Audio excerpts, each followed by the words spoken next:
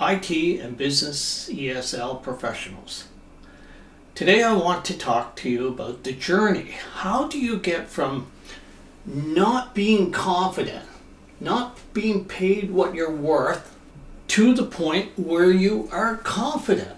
You can speak in meetings without being afraid. You're not afraid of making mistakes. I'm sure many of you have felt this way, haven't you? You've been in a meeting, you don't know what to say, you're lost for words. Maybe you're in a meeting and you're afraid to give your opinion, even though your opinion could give a lot of value during the meeting. This is common. I've had hundreds of students who've suffered from the same issues, and we've gone through a transformation process where they've become confident and they are competent. They know what to do, and they know what to do, and they can speak with fluency. Instead of just being tied up thinking about their mistakes in their English, they're speaking about what they know. They're giving their opinions, and sometimes they have to disagree, but they can do it in a professional and polite manner. So how do you get from this point of not having confidence to being competent and confident speaking in business English meetings? And why do you need to do it? Well, it's obvious, right? The global economy works in English. The international companies speak English.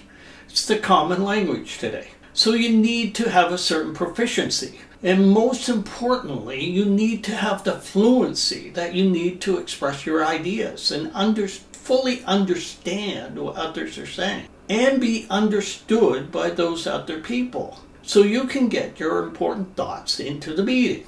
How do you do this? First of all, self-assess. What do I mean by self-assessment? I have a 10-question quiz that you can do. It's in the description. And this will ask you some very important questions about how you feel about your English, how you're using it, when you have difficulties and challenges, what situations cause you problems. And I will go through this quiz and I'll give you a personalized report. So that's the first step. It's very important.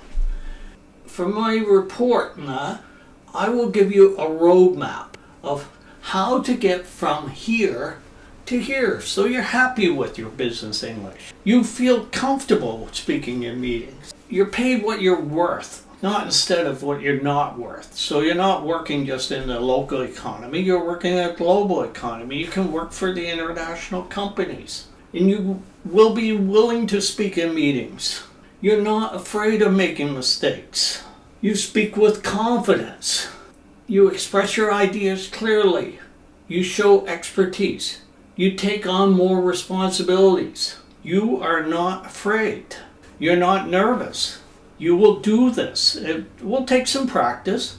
You need to hear yourself, see yourself being successful using your business English. And guess what? You don't need to be an advanced English speaker.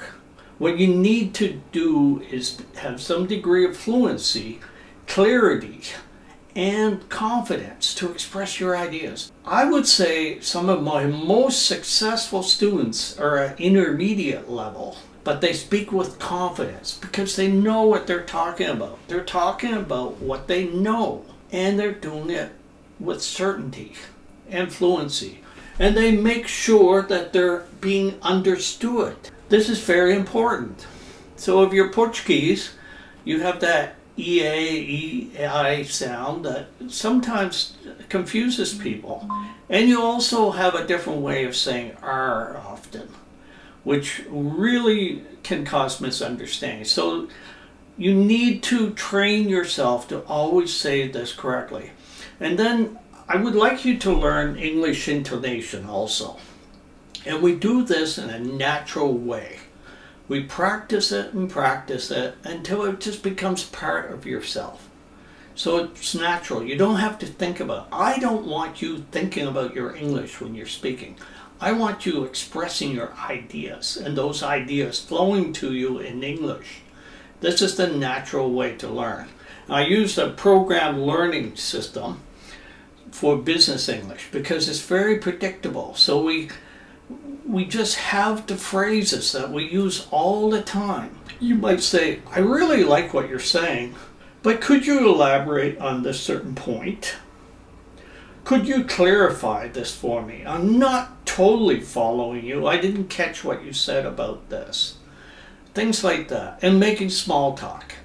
You listen. You truly listen in meetings and small talk and doing a presentation. You're fully trying to understand. You're trying to understand not even what they're saying. Their body, their inflections, their tone, basically almost reading their minds. You're understanding them. And if you're not fully understanding them, you're asking for clarification and you're giving professional respect in that. What you expect yourself. And from there, you can give a very concise opinion. Something that really conveys a good message.